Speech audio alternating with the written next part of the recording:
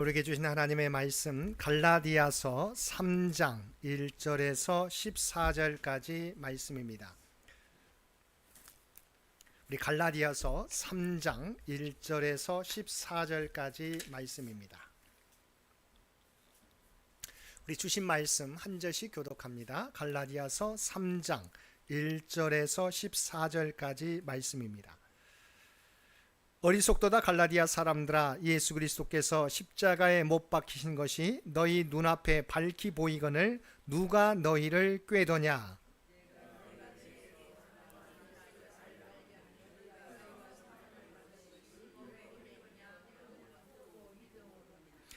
너희가 이같이 어리석으냐? 성령으로 시작하였다가 이제는 육체로 마치겠느냐?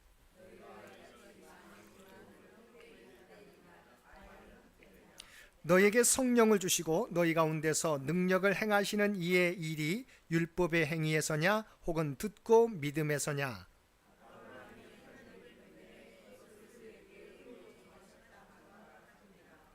그런즉 믿음으로 말미암은 자들은 아브라함의 자손인 줄 알지어다.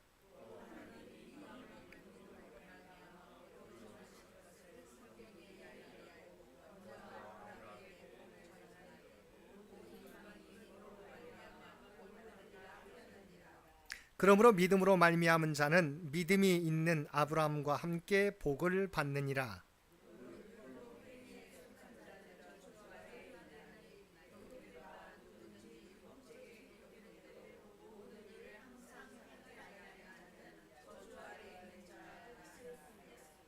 또 하나님 앞에서 아무도 율법으로 말미암아 의롭게 되지 못할 것이 분명하니 이는 의인은 믿음으로 살리라 하였습니다.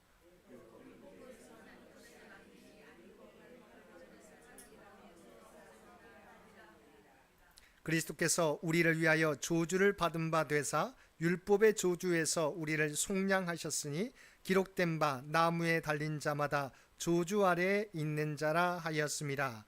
이는 그리스도 예수 안에서 아브라함의 복이 이방인에게 미치게 하고 또 우리로 하여금 믿음으로 말미암아 성령의 약속을 받게 하려 함이라. 아멘. 오늘도 주님 전에 나와 또한 각자의 삶의 초소에서 마음을 다하여 수요성소 연구로 모여 예배드리는 우리 모든 성도들 가운데 하나님의 놀라운 은혜가 언제나 함께하여 주시기를 주님의 이름으로 간절히 축원드립니다. 오늘 말씀의 제목이 무엇입니까? 믿음으로 말미암은 구원입니다. 믿음으로 말미암은 구원. 우리가 구원에 대한 것, 우리가 어떻게 구원 얻게 되었는지, 그리스도인이 되었는지를 말씀해 주시는 말씀입니다.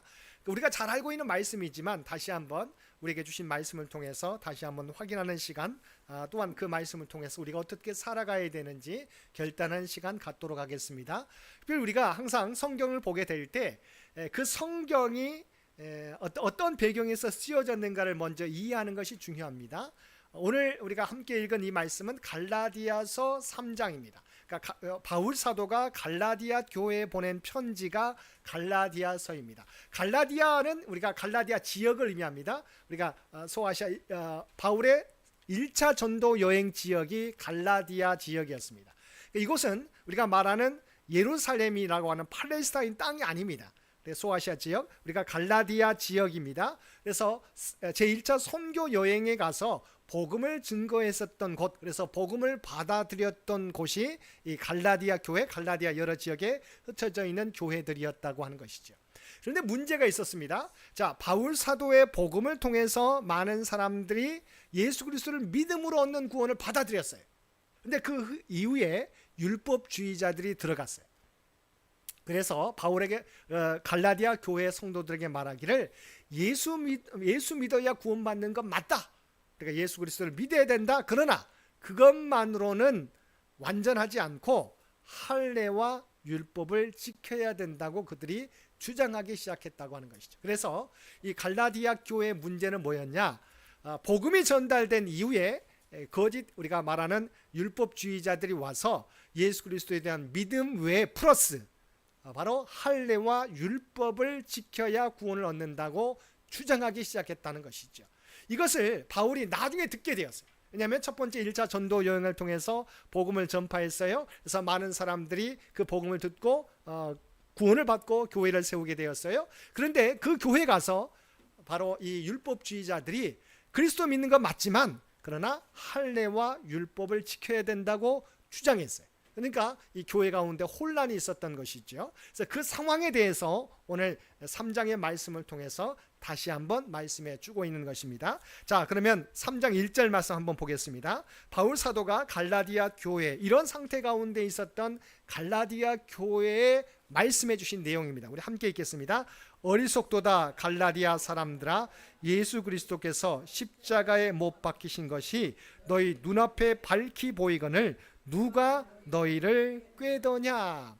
자, 우리가 이 상황을 이제 아니까 왜 어리석도다라고 말하는지 알겠죠. 복음이 전파되었는데 그 이후에 율법 교사들이 와서, 율법주의자들이 와서 할례와 율법을 받아야 구원 얻는다고 하는, 그래서 그것을 또 받아들이게 된 거예요. 그래서 그 모습을 보고 그 소식을 들은 바울 사도가 갈라디아 교회 성도들에게 어리석도다 갈라디아 사람들아라고 이야기하고 있습니다. 이유가 뭐예요? 예수 그리스도께서 십자가에 못 박히신 것이 너희 눈앞에 밝히 보이거늘 누가 너희를 꾀더냐. 내가 전한 복음을 너희가 받았지 않느냐. 그런데 왜 율법을 또 주장하느냐라고 이야기하고 있는 것이죠.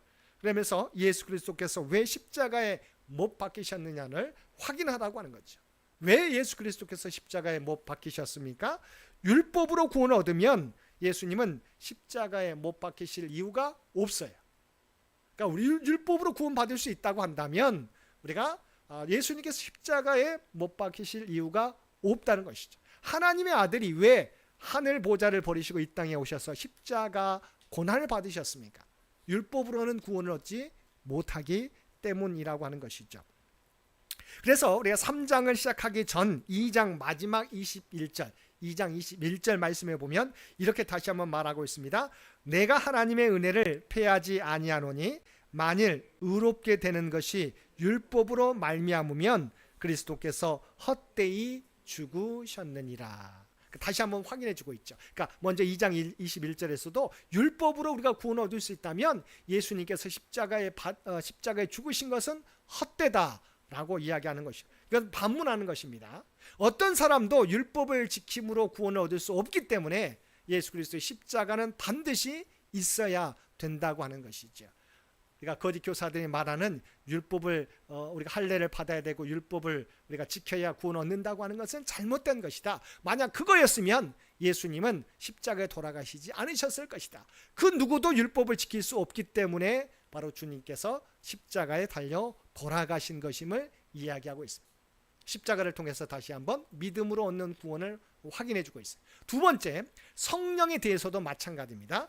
자, 갈라디아서 이어지는 말씀입니다. 3장 2절에서 5절 우리 함께 우리 4절 말씀은 제가 생략하고요. 2절에서 5절 제가 PPT에 적어놨습니다. 우리 함께 읽겠습니다. 내가 너희에게 다만 이것을 알려 하노니 너희가 성령을 받은 것이 율법의 행위로냐 혹은 듣고 믿음으로냐 너희가 이같이 어리석으냐 성령으로 시작하였다가 이제는 육체로 마치겠느냐 너희에게 성령을 주시고 너희 가운데서 능력을 행하시는 이의 일이 율법의 행위에서냐 혹은 듣고 믿음에서냐. 아멘. 자, 먼저 십자가로 말미암아 십자가가 왜 필요한지를 말씀했어요. 두 번째는 성령에 대해서도 마찬가지라는 것이죠. 너희가 성령을 받은 것이 율법을 지킴으로냐 아니면 예수 그리스도를 믿음으로 우리에게 이미 주어진 것이냐라고 묻고 있는 것이죠. 여러분, 우리가 다 성령 받았는데 우리가 다 율법을 지켰기 때문에 성령 받은 거예요? 아니잖아요. 이미 우리 가운데 성령께서 우리가 택정한 자에게 임하셔서 예수 그리스도를 믿게 하시고 예수 그리스도 안에 살도록 하셨어요. 그러니까 먼저 하나님께서 믿음으로 말미암아 우리에게 주어진 것이 구원과 성령의 은혜라고 하는 것이죠. 그래서 다시 한번 십자가도 그렇고 두 번째는 성령에 대해서 생각해봐라. 너희가 성령을 받은 것이 과연 믿고 율법을 믿고 얻은 것이냐 아니면 그러니까 행위로서 율법을 지킴으로 얻은 것이냐 아니면 그리스도를 믿음으로 얻은 것이냐. 바로 후자지. 믿음으로 우리가 그리스도를 우리가 고백하게 될 때 우리에게 성령이 주어졌다라고 하는 것이죠. 그래서 성령을 받은 것은 율법의 행위로서가 아니라 듣고 믿음으로 받은 것이다 라고 하는 것이죠. 그래서 두 가지 이유를 통해서 다시 한번 믿음으로 얻는 구원에 대해서 확인해 주고 있습니다. 우리가 알아야 될 것이 제가 PPT에 적어놨지만 하나님의 계획은요, 먼저 우리를 의롭다 인정해 주세요.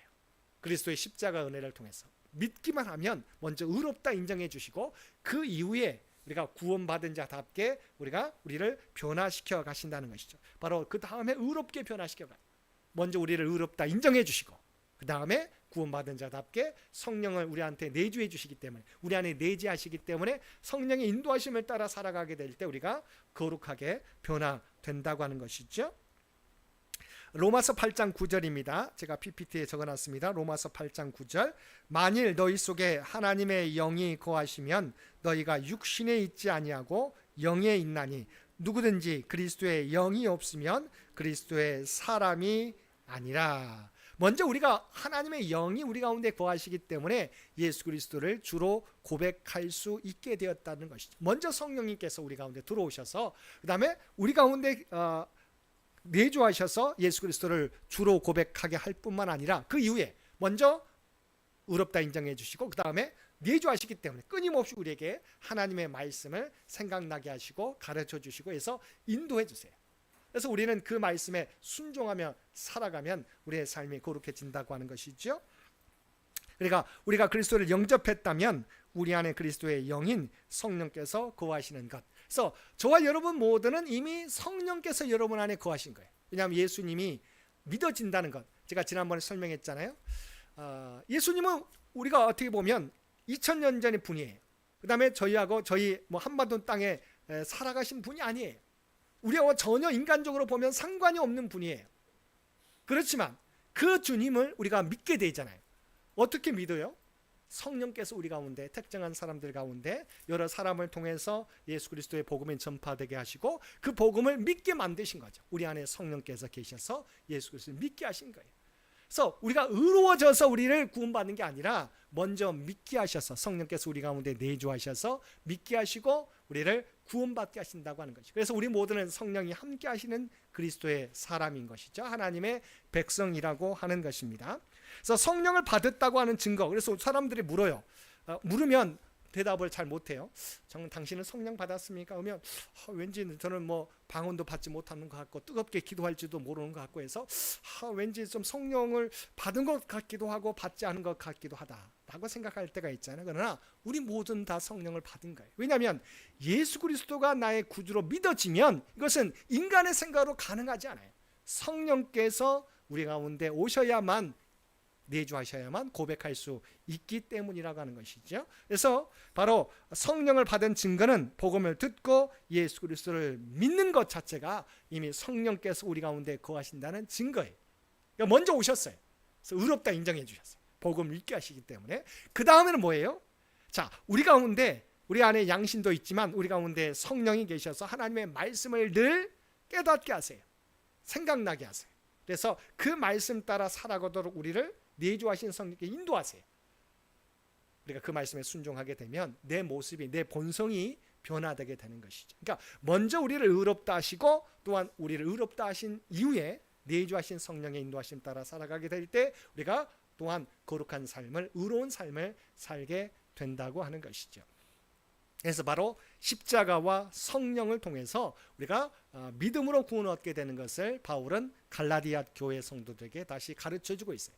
세 번째는 뭐냐? 제가 2번이라고 적었지만 사실은 이스라엘 역사 가운데 나타난 아브라함의 의를 통해서 다시 한번 믿음으로 얻는 구원에 대해서 설명해 주고 있습니다. 자, 갈라디아서 3장 6절 말씀입니다. 함께 읽겠습니다. 아브라함이 하나님을 믿음에 그것을 그에게 의로 정하셨다 함과 같으니라. 아멘. 자, 이 말씀은 이미 창세기 15장 6절 말씀, 바로 이것을 인용한 거예요. 아브라함이 어떻게 의롭게 인정함을 받았느냐? 믿음으로 말미암아. 이것은 할례 받기 전에 이미 믿음으로 말미암아 하나님께서 의롭다 인정해 주신 거예요. 창세기 15장 6절에서 이렇게 말합니다. 아브라함이 여호와를 믿으니 여호와께서 이를 그의 의로 여기시고. 자, 15장의 상태는 어떤 상태입니까? 하나님께서 축복해 주신다고 했어요. 그랬더니 아브라함이 좀 속상합니다. 왜냐하면 저에게는 자손이 없기 때문에 제 엘리에셀이라고 하는 다메섹 사람을 제 후계자로 삼으려고 합니다. 아무리 축복해줘도 저한테는 소망이 없습니다. 왜냐하면 우리가 자손이 없기 때문에. 그래서 저는 제 종이었던 이 믿을 만한 엘리에셀, 다메섹 사람 엘리에셀을 종으로 삼으려고 합니다. 그랬더니 아니다. 하나님께서 말씀하십니다. 바로 네 씨에서 나온 사람이 바로 내 자손이, 내 후손이 내가 바로 후계자가 될 것이라고 이야기해주고, 하늘의 무뼈를 보라, 너희 자손이 이와 같이 번성하게 될 것이라고 약속하셨어요. 그랬더니 아브라함이 자녀가 없잖아요. 자기는 이미 엘리에셀 종으로 자기 후계자를 삼으려고 했어요. 얼마나 생각이 많았겠어요. 그래서 그래도 믿을 만한 종 다메섹 사람 엘리에셀을 종으로 후계자로 삼으려고 계획하고 있었는데, 하나님께서 아니다. 그 다메섹 사람이 아니라 바로 내 씨에서 난 자가 내 후계자가 될 것이고, 하늘의 무뼈를 보라, 내 자손이 이와 같이 번성하게 될 것이라고 약속해 주셨는데, 아브라함이 아무것도 없잖아요. 근데 그것을 받아들였어요. 그랬더니 하나님께서 뭐라고요? 방금 말씀해 주신 것처럼 아브라함이 이 여호와의 말씀을 믿으니 여호와께서 이를 그의 의로 여기시고. 자, 아브라함을 의로 여기신 게 뭐예요? 행위한 게 없어요. 그냥 하나님의 약속을 그대로 받아들이고 믿었더니 하나님께서 바로 이것을 의로 여기셨다, 의롭다 인정해 주신 거예요.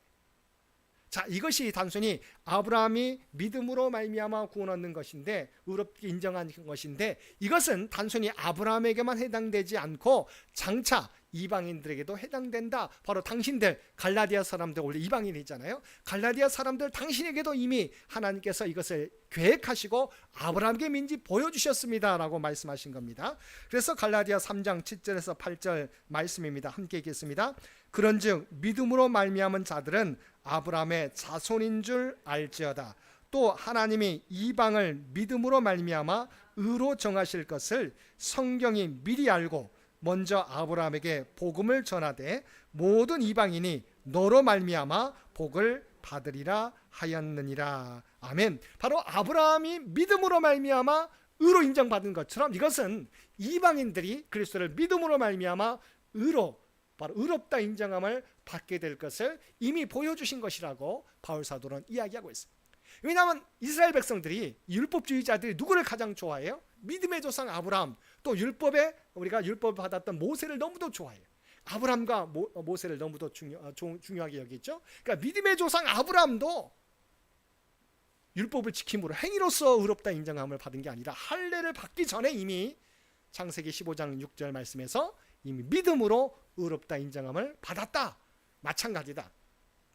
이것은 이미 이방인들도 아브라함을 통한 구원, 바로 믿음으로 아브라함의 자손이 된다. 혈통으로가 아니라 믿음으로 당신들도 아브라함의 자손이 된다. 아브라함을 통해서 그로 말미암아 너희도 이러한 의로 인정함을 받게 될 것이다 라고 이야기하고 있으니까, 첫 번째는 예수 그리스도의 십자가, 두 번째는 성령을 통해서, 세 번째는 너희가 믿는, 너희가 강력하게 믿는 이 아브라함조차도 의로, 믿음으로 의롭게 인정을 받았다 확인해 주고 있는 것입니다.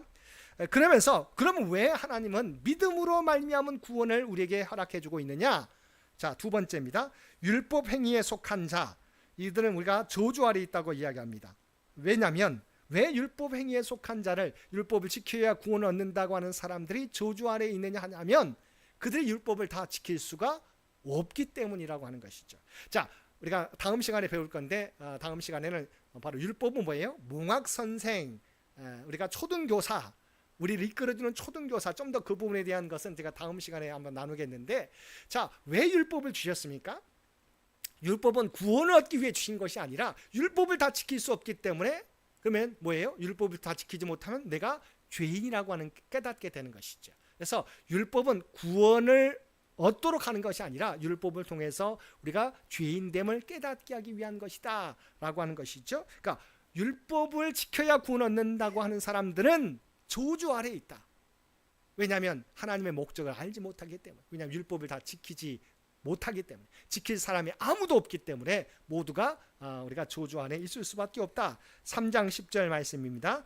무릇 율법 행위에 속한 자들은 저주 아래 있나니 기록된 바 누구든지 율법책에 기록된 대로 모든 일을 항상 행하지 아니하는 자는 저주 아래에 있는 자라 하였습니다. 그러니까 사실은 율법을 지켜야 된다고 말하는 건 나쁜 게 아니잖아요. 그런데 율법을 지켜야 구원 얻는다고 하는 사람들은 구원을 말하지만 다 저주 아래 있을 수밖에 없다. 왜냐하면 율법을 다 지킬 사람이 아무도 없기 때문에 있죠. 그러니까 사실은 자기들은 다 지킬 수 있다고 생각했어요. 그냥 규정만을 정해진 것을 지키면 된다라고 생각했어요. 근데 예수님은 뭐라고 하셨습니까? 자, 규정만을 지키는 게 아니라 내 마음에 하나님은 내 마음의 꽃조차도 마음의 중심조차도 판단하신다고 말씀해주고 있어요. 우리가 잘 알고 있는 것처럼 네가 사람을 살인하지 않아도 이 사람만 내 마음 가운데 미워하기만 하면 너는 이미 살인한 것과 같다라고 말씀해주고 있지 않습니까? 뭐냐면 율법주의자들은 그냥 율법 규정만을 내가 살인하지 않으면 죄인이 아니라고 생각했어요. 근데 주님은 뭐라고요? 네가 살인하지 않아도 죄인이 아닌 게 아니다. 왜냐하면 내가 어떤 사람을 미워하면 그것은 하나님이 판단하실 때 네가 살인하지 않아도 어떤 사람을 미워하면 너는 살인한 것과 같다라고 말씀해주고 있는 거예요. 그러니까 하나님의 입장에서는 하나님의 율법은 하나님이 바라보시는 율법 심판의 기준은 네가 행위로서만이 아니라 내 중심에까지 판단하신다고 말씀해줘요. 그러니까 그래서 하나님이 판단하시게 될 때 율법 아래에 있는 사람들이 그 누구도 율법을 지킬 수가 없다고 하는 것이죠. 그래서 다시 한번 믿음으로 말미암는 의는 얻게 되는 의에 대해서 확인시켜주고 있습니다. 3장 11절 말씀도 함께 읽겠습니다. 또 하나님 앞에서 아무도 율법으로 말미암아 의롭게 되지 못할 것이 분명하니 이는 의인이 믿음으로 살리라 하였음이니라. 여기서 막 확인해주고 있잖아요. 아무도 하나님 앞에서 아무도 율법으로 말미암아 의롭게 되지 못할 것이 분명하다. 하나님 앞에서라고 나와 있어요. 그러니까 너희가 말하는 율법 규정을 지키면 의롭다 하는 게 아니라 하나님 앞에서 아무도 율법으로 말미암아 의롭게 되지 못할 것이 분명하니 바로 믿음으로 의인은 믿음으로 말미암아 산다라고 하는 것이죠. 그래서 우리가 잘 알고 있는 로마서 1장 17절 제가 PPT에 적어놨습니다. 하박국 선지에 나왔고 이것이 바로 종교개혁의 핵심 구절이 되지 않습니까? 로마서 1장 17절 함께 읽겠습니다. 오직 의인은 믿음으로 말미암아 살리라. 아멘. 이게 두 가지 의미가 있어요. 첫 번째는 뭐예요? 먼저 구원에 대한 것이죠. 의인이라고 하는 것은 오직 믿음으로 구원을 얻게 된다. 두 번째는 마찬가지예요. 구원을 얻었을지라도 앞으로 우리의 삶 가운데 우리 권사님도 기도했었지만 우리의 삶이 얼마나 정말 우리가 예상하지 못한 일들이 너무도 많잖아요. 앞을 우리가 내다볼 수가 없잖아요. 한치 앞을 내다보지 못하는 삶이에요. 우리가 그리스도인은 어떻게 살아가야 돼요? 바로 그리스도인은 믿음으로 살아야 된다라고 하는 거지. 그러니까 구원도 믿음으로 얻는 것이지만 우리가 이 땅을 살아갈 때도 하나님을 믿는 그 믿음 가운데 살아가야 된다라고 하는 거예요. 그래서 오직 의인은 믿음으로 말미암아 산다는 것은 바로 두 가지 의미라는 것이죠. 이 말씀 우리가 출애굽기 12장 13절 하반절에 나와 있는 바로 출애굽 당시에 마지막 10번째 재앙에서 어떻게 이스라엘 백성이 구원받았는가를 다시 한번 확인하라는 것이죠. 자, 출애굽기 12장 13절 하반절 제가 PPT에 적어놨습니다. 함께 읽겠습니다. 내가 피를 볼 때에 너희를 넘어가리니 재앙이 너희에게 내려 멸하지 아니하리라. 아멘. 10번째 재앙, 죽음의 재앙이 초태생, 애굽에 있는 모든 초태생, 사람만이 아니라 짐승의 초태생까지 죽게 되는 재앙이었지 않습니까? 그런데 어린 양의 피를 문설주에 바른, 왜냐하면 어린 양의 피는 희생이죠. 대신 죽어야 되는데 어린 양이 대신 죽은 거예요. 그러면 죽음의 권세가 넘어가게 되었다라고 하는 것이죠. 그래서 내가 그 어린 양의 피를 볼 때 너희를 넘어가리니, 죽음의 사자가 넘어가리니 재앙이 너에게 내려 멸하지 아니하리라. 마찬가지로 그 당시에도 죽음의 사자가 어린 양의 피가 문설주에 발라진 이스라엘 백성들은 넘어갔어요. 마찬가지죠. 예수 그리스도의 보혈의 피를 믿는 자도 하나님께서 죽음의 권세가 넘어가게 돼 있다. 그래서 우리는 마찬가지죠. 내가 행위로서 구원을 얻는 게 아니에요. 이스라엘 백성들이 10번째 재앙 사람들이 의롭게 살아서 죽음의 사자가 넘어간 게 아니잖아요. 하나님의 말씀을 따라 어린 양의 피를 문지방과 문설주에 바르게 될 때 죽음의 사자가 넘어가게 됐던 것처럼 마찬가지예요. 우리가 의로워서 구원을 받은 것이 아니라 예수 그리스도의 보혈의 피로 말미암아 우리가 구원을 얻게 되었다고 하는 것이죠. 갈라디아서 3장 12절 말씀, 이 말씀을 한번 읽어보세요. 한번 읽겠습니다. 이 말씀의 의미가 무엇인지. 율법은 믿음에서 난 것이 아니니 율법을 행하는 자는 그 가운데서 살리라 하였느니라. 아멘. 자, 율법을 행하는 자는 그 가운데서 살리라. 그러니까 율법을 지켜야 구원 얻는 사람은 자, 율법을 지킴으로 살게 되는데, 그런데 뭐예요? 지킬 수가 없다고 하는 거예요. 율법을 주장하지만, 율법을 정말 행하는 사람은 살게 되지만, 율법을 주장하는 사람들은 율법을 지킴으로 살게 되지만 율법을 다 지키지 못한다는 것이죠. 이게 아이러니잖아요. 율법을 지키면, 율법을 주장하지만 그 율법을 지키면 살게 되지만 그 누구도 율법을 온전히 지킬 수가 없게 된다고 하는 것이죠. 바로 문제는 율법을 다 행할 수 있는 사람이 없다라고 하는 것입니다. 자, 마지막 결론입니다. 13절과 14절인데 13절 말씀. 자, 그러면 주님께서 왜 우리의 구원자가 되어주시는가를 말씀해주고 있습니다. 바로 십자가의 의미를 말씀해주고 있습니다. 13절 말씀 함께 읽겠습니다. 그리스도께서 우리를 위하여 저주를 받은 바 되사 율법의 저주에서 우리를 속량하셨으니 기록된 바 나무에 달린 자마다 저주 아래에 있는 자라 하였음이라. 자, 우리를 대신하여 저주를 받으셨어요. 죄의 싹은 사망이라고 말씀해요.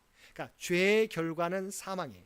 그러니까 우리가 죄로 말미암아 죽어야 돼요. 십자가에 달려야 돼요. 근데 예수님께서 우리를 대신하여 저주를, 나무의 십자가에서 저주를 대신 갚아주신 거예요. 그러니까 우리가 빚이 있는데 빚을, 죽음이라고 하는 빚을, 사망이라고 하는 빚을 주님께서 대신 갚아 행해 주신 것이죠. 저주 아래 있었다.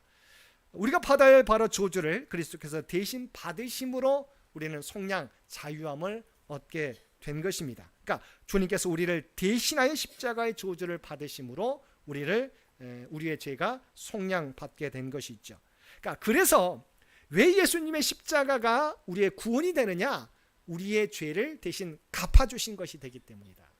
우리가 받아야 할 저주, 사망을, 죽음을 주께서 대신 치러주셨기 때문이다. 그래서 죄의 값이, 죄의 결과가 사망, 우리는 죽어야 되는, 우리가 당장 죽어야 되는데 주님께서 우리를 위하여 십자가에 대신 달리셨다. 그래서 우리가 죄가 깨끗해지고 바로 예수 그리스도를 믿음으로, 그것을 우리가 믿어야 된다는 것이죠. 예수님의 십자가는 우리가 짊어져야 될 저주, 우리가 짊어져야 될 사망, 우리가 짊어져야 될 그 책임을, 죄에 대한 책임을 대신 짊어지셨기 때문이라고 하는 것입니다. 그래서 그 결과 이제 3장 14절, 이제 마지막, 처음과 마찬가지로 이제 마지막 결론으로 들어가는데요. 자, 14절. 그러므로 이것은 이방인들도 마찬가지고 그리스도를 믿음으로 얻게 된다. 또한 성령도 우리가 약속한 대로 받게 된다. 결론입니다. 14절 함께 읽겠습니다. 이는 그리스도 예수 안에서 아브라함의 복이 이방인에게 미치게 하고 또 우리로 하여금 믿음으로 말미암아 성령의 약속을 받게 하려 함이라. 아멘. 두 가지 복이 있다고 말씀해 주고 있어요. 믿음으로. 첫 번째는 아브라함의 복. 자, 아브라함의 복이 뭐예요? 자, 믿음으로 의롭게 되었잖아요. 아브라함의 복, 그리스도를 믿음으로 우리가 의롭다 인정을 받는 거죠. 두 번째는 뭐예요? 성령의 약속이죠. 그러니까 함께 가는 거예요. 사실은 성령의 약속은 그리스도와 믿는 것과 함께 가는 건데, 성령의 임재해야 우리가 예수 그리스도를 주로 고백할 수 있죠. 함께 가지만 그러나 성령의 약속이에요. 자, 그래서 아브라함의 복은 믿음으로 구원 얻게 되는 복. 두 번째는 성령의 약속. 성령께서 그냥 그 순간에만, 우리가 믿을 때만 우리 가운데 내재하신 게 아니라 언제까지? 세상 끝날 때까지 영원토록 우리와 함께 해주신다. 그래서 저와 여러분은 성령께서 함께 하시는 사람이에요. 사람들이 뭘 무서워합니까? 세상 믿지 않는 사람들은 두 가지를 무서워한다고 그래요. 첫 번째는 죽음. 물론 믿는 사람도 때로는 두렵긴 합니다만, 그렇지만 우리가 두려워하는 것과 세상 사람이 두려워하는 것은 차원이 달라요. 왜냐하면 그들은 미래가 보이지 않죠. 죽음을 두려워합니다. 두 번째는 뭐예요? 귀신이죠. 믿는 사람도 귀신을 두려워하긴 합니다. 그렇지만 뭐예요? 저와 여러분은 성령이 함께 하시는 사람이에요. 그냥 우리가 세상을 살아가지 않습니다. 성령이 함께 하시는 사람이에요. 그래서 우리 믿는 사람들은 우리가 더러운 귀신을 만나도 성령께서 함께 하시기 때문에. 나 혼자는 넘어질 수밖에 없잖아요. 왜냐하면 귀신이라고 하는 존재는 우리가 영적인 존재잖아요. 인간이, 육신의 존재가 귀신의 능력을 뛰어넘을 수 없어요. 그래서 우리가 성경에 보면 귀신 들린 자가 우리가 막 해치면 힘 있는 사람도 감당을 못 하잖아요. 그렇지만 우리가 성령 안에 있는 사람이잖아요. 우리의 앞길을 인도해 주실 뿐만 아니라 모든 상황으로부터 우리와 함께 동행해 주시기 때문에 이길 수 있다고 하는 것이죠. 예수 그리스도의 십자가를 통해서, 성령을 통해서. 이게 얼마나 놀라운 은혜입니까? 구원을 얻었을 뿐만 아니라 일생을 살아가는 동안 성령께서 우리와 동행해 주신다고 하는 이 약속이 얼마나 놀라운 은혜입니까? 우리는 그냥 너무도 그냥 일상적으로 우리 가운데 일어나는 일이기 때문에 너무도 쉽게 생각하고 우리가 얼마나 놀라운 복을 누리고 있는지를 몰라요. 여러분 언제나 여러분의 삶 가운데 성령께서 함께 동행해 주고 있다는 사실을 잊지 마시기를 바랍니다. 그래서 우리가 가는 길은 세상 사람과 달라요. 똑같이 우리가 똑같이 어려움도, 건강의 문제도 생기고 여러 가지 직장의 문제도, 사업의 문제도, 자녀의 문제도 생기긴 하지만, 그러나 세상 사람들과 우리의 삶은 다르다는 것이죠. 내가 뛰어나서가 아니라 하나님 우리에게 주신 복이에요. 이 은혜가 우리가 함께 있다는 사실을 깨닫고, 근데 중요한 건 뭡니까? 자, 성령을 통해서 우리가 믿음으로 구원을 얻게 되었어요. 의롭다 인정을 받았어요. 이제 내 안에 계셔서 늘 안내해 주세요. 이렇게 살아가라고 말씀해 주세요. 내가 읽었던 말씀, 들었던 말씀을 생각나게 하세요. 세상의 방식이 아니라 하나님의 말씀 따라 살아가라고 하는데, 우리는 뭐예요? 성령의 인도하심을 내가 계속해서 회피합니다. 거부합니다. 그리고 그냥 내 뜻대로 살아갈 때가 있어요. 그러면서 왜 하나님 제 기도에 응답해 주시지 않느냐고 해요. 하나님은 분명히 계속해서 우리를 인도하시는데 나는 거부하면서 내가 필요할 때만 이렇게 해달라고 계속 요구하고 있는 거죠. 항상 여러분, 우리가 중요한 부분들은 하나님은 생각나게 하시는 분이에요. 가르쳐 주시는 분이세요. 그러니까 들었던 것들, 우리가 읽었던 말씀들, 또 주위의 많은 믿음의 우리가 동료들을 통해서 알려주시는 그 말씀들을 우리가 늘 기억하고 그 말씀대로 살아가면 우리는 천하무적이에요. 사실은요. 우리가 그 말씀대로 살아가지 못하기 때문에 우리 스스로가 걸려 넘어지는 거예요. 언제나 우리가 성령과 함께한다는 이 사실을 기억하시고 우리 안에 알려주시는 그 말씀대로 순종하게 될 때, 하나님께서 우리가 주의 말씀 내 발의 등이요 내 길의 빛이라고 말씀해주고 있죠. 아무리 어두워도 성령께서 인도하시는 길은 생명의 길이에요. 그것을 늘 기억하고 우리가 세상 사람과 다르다는 게 내가 뛰어나서가 아니라 하나님의 주신 은혜로 말미암아 이 은혜를 정말 귀하게 여기고 그 말씀대로 살아가셔서 늘 승리하고 또 선한 영향력을, 하나님의 뜻을 나타내며 살아가는 저와 여러분 모두가 되시기를 주님의 이름으로 간절히 축원드립니다. 함께 기도드리겠습니다.